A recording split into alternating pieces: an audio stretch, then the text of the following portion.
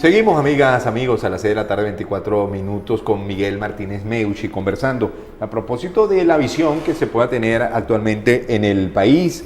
Hablamos un poco por encima, nada más de resolución de conflictos.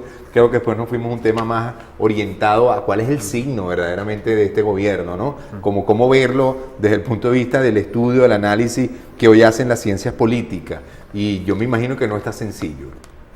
No, no es sencillo, porque como te decía antes, hay, por ejemplo, diversos índices que se manejan a nivel global para medir, digamos, el grado de profundidad o de calidad de la democracia. Ajá. Pero claro, todo esto depende también del tipo de democracia que se concibe como la más sana. Entonces, habitualmente, hoy en día, casi toda la ciencia política maneja el concepto de la democracia liberal como la democracia característica de nuestro tiempo. Y esta pasa por estos elementos. Estado de Derecho, régimen de libertades individuales, el respeto de la Constitución como forma de refrenar el uso del poder por parte de los gobiernos y por parte en general de todo el mundo, ¿no? O sea, hay unos límites en el ejercicio del poder que es consustancial a la democracia moderna. Y en estos índices, recientemente, bueno, Venezuela viene cayendo escalones, de tal manera que es muy difícil. Se pudiera argumentar, bueno, una democracia. Hay un modelo que quiere buscar otro tipo de democracia que está fundamentado en el ejercicio de la democracia directa a través del Estado comunal y todo esto. Bueno, esa es la opción que está, digamos, sobre la palestra. Sin embargo, mucho del ejercicio de este poder pues entra en conflicto incluso con esta misma propuesta, que fue el corazón, en buena medida, de muchas de las reformas que estaban, de muchas de las propuestas de cambio que estaban incluidas en la reforma que se propuso en el 2007. Bueno, y que la gente pero que fue rechazó, negada pues por la mayoría mucha o poca, como diríamos, la mitad que es mayoría, como diría Maduro, ¿no? Y no la mitad que es minoría. En fin, en todo caso, es una disyuntiva que también está dentro del mismo seno del gobierno. Porque tú lo ves mucho en el chavista de a pie, el tema de comuna o nada. Bueno, porque también... Al chavista le gusta, compró esa idea. Hay toda una... Pero disculpa, pero paradójicamente el superhéroe del chavismo hoy en día es Vladimir Putin y lo que puede ser el sistema político en Rusia. Bueno, ahí están, ¿no? Precisamente las contradicciones, que uno dice, bueno, pero si hay un modelo claro. O sea, yo recuerdo, por ejemplo, cuando Obama estuvo en su primera campaña presidencial, hubo cierta simpatía de parte del chavismo hacia la figura de Obama. El mismo presidente primer presidente, posiblemente presidente negro y todo aquello. Y era otro partido político, entonces lo veían como distinto. Bueno, los republicanos era donde estaba el diablo que olía a azufre, ¿te acuerdas? George W. Bush. Efectivamente, pero hoy en día...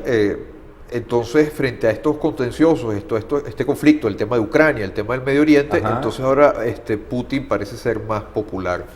Y Putin... No, Putin es el héroe del chavismo. No, anota. Bueno, no hay, hoy. A lo mejor Putin un día dice una cosa tal y bueno, ya no será ese, ¿no? Incluso Bashar en Siria ha resultado ser pues un paladín dentro del chavismo de base. Sí, en todo caso, también el régimen de Putin recibe cuestionamientos acerca de qué tipo de democracia se puede decir que hay en Rusia. Sí. Los mismos cuestionamientos uno los escucha. Incluso que ganó con unas elecciones no tan limpias, para empezar por el principio. Claro, es que ese es el tema. Lo que te comentaba hace un rato, como uno de los temas más álgidos de la ciencia política hoy en día es tratar, o sea, cómo se puede hacer referencia a regímenes que tienen... elecciones y tienen procesos electorales relativamente abiertos, pero en condiciones y dentro de un funcionamiento general del Estado, sí, que obviamente es incompatible muchas veces con lo que se considera una... Ciertamente, en fin. Sin embargo, el Estado, dentro de todas sus incongruencias, es monolítico en su discurso y permea directo, es muy vertical. Cuando alguien dice A en el alto gobierno, ya todo el chavismo está diciendo A, en la misma escrita, con la misma caligrafía Palmer. Eso lo logra muy bien, ojo, no hay que... Ahora, me quiero ir hacia el otro extremo. 15 años después, el sector que no es chavista todavía usa la entelequia, la palabra abstracta, que no tiene punch ni enganche, de autodefinirse como, increíble, oposición. Bueno, porque... ¿Qué es oposición? Claro, oposición habitualmente se considera aquellas fuerzas políticas que no están en el gobierno. Claro, pero vémelo en la ciencia política. ¿Qué es oposición? ¿Qué soy? Soy liberal, soy socialista, soy demócrata, soy procaudillo, soy dictador, soy genocida, soy Claro. magnicida, soy fascista. Y la oposición sigue los máximos líderes de la oposición hablan en primera persona de oposición. A mí me parece insólito. Bueno, se puede hablar de oposición en el sentido de que son aquellas fuerzas políticas que no están en el gobierno, pero en todo caso, Claro, entiendo lo que lo que señalas, entiendo. el tema Ajá. de que es importante también definirse en Como términos, algo. en términos lógicos, no como algo negativo a otra cosa, sino en términos positivos, algo que es per se. Y claro, ahí hay muchos elementos, ¿no? Uno de ellos es la pluralidad de la oposición, en donde tienen cabida desde partidos o posiciones claramente liberales hasta Sí. otras que son verdaderamente muy de Yo izquierda. creo que la pluralidad es un tema, pero siento que la oposición, y fíjate, no hay otra manera de llamarlos, no toma en cuenta el elemento del lenguaje, lo que te decía. Alto gobierno dice A, todo el chavismo dice A. Ojo, no queremos autómatas porque ya los tenemos de un lado, pero sería tan fácil que los sectores democráticos, que son los otros, se llamasen demócratas, se llamasen venezolanos, se llamasen progresistas, como lo intentó Capriles. Es cuestión de hacer un cónclave un día. Yo a ver si se los propongo. Hagan una reunión en la mesa de la unidad y ya más nunca se llamen de oposición.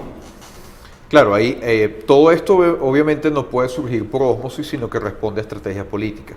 Bueno, muy mala la estrategia, ¿no te el parece? punto- Te pregunto, yo te lo pregunto. Bueno, A yo ti creo que- como profesor de ciencia política, ¿te parece bien definir a una fuerza política con la palabra oposición?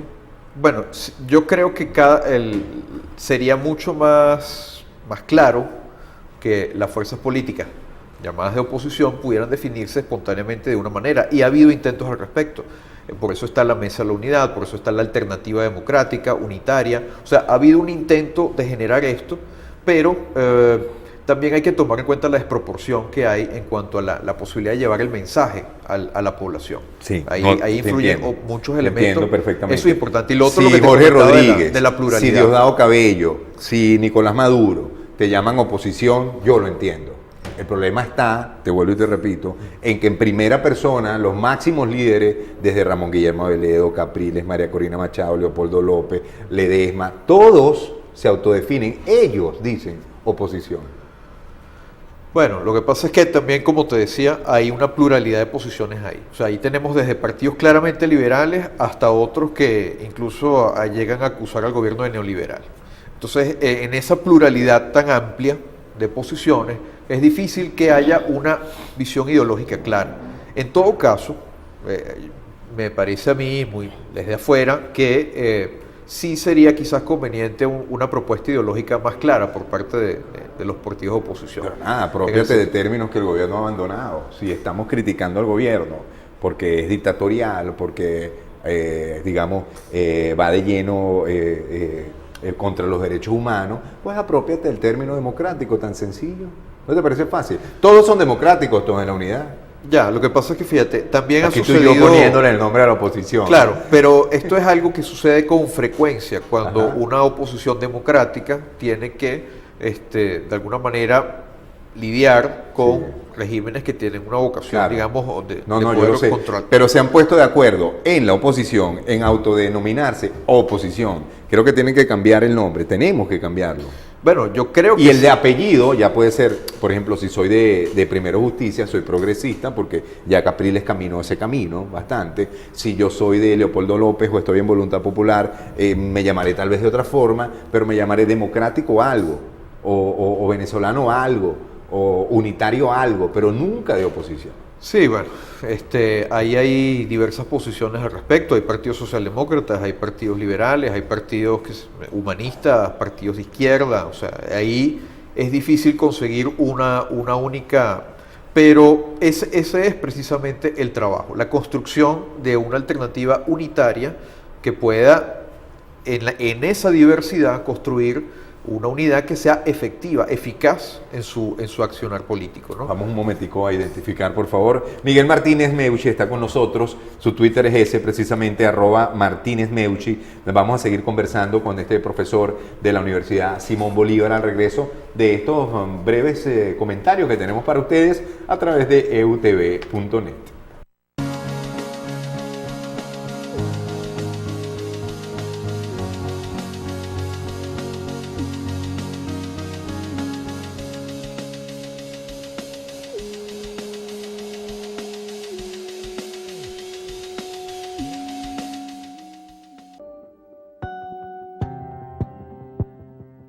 La empresa no se hace responsable por las opiniones e informaciones transmitidas en este espacio. Las declaraciones y conceptos emitidos en las entrevistas y programas son de la exclusiva responsabilidad de sus productores, conductores e invitados.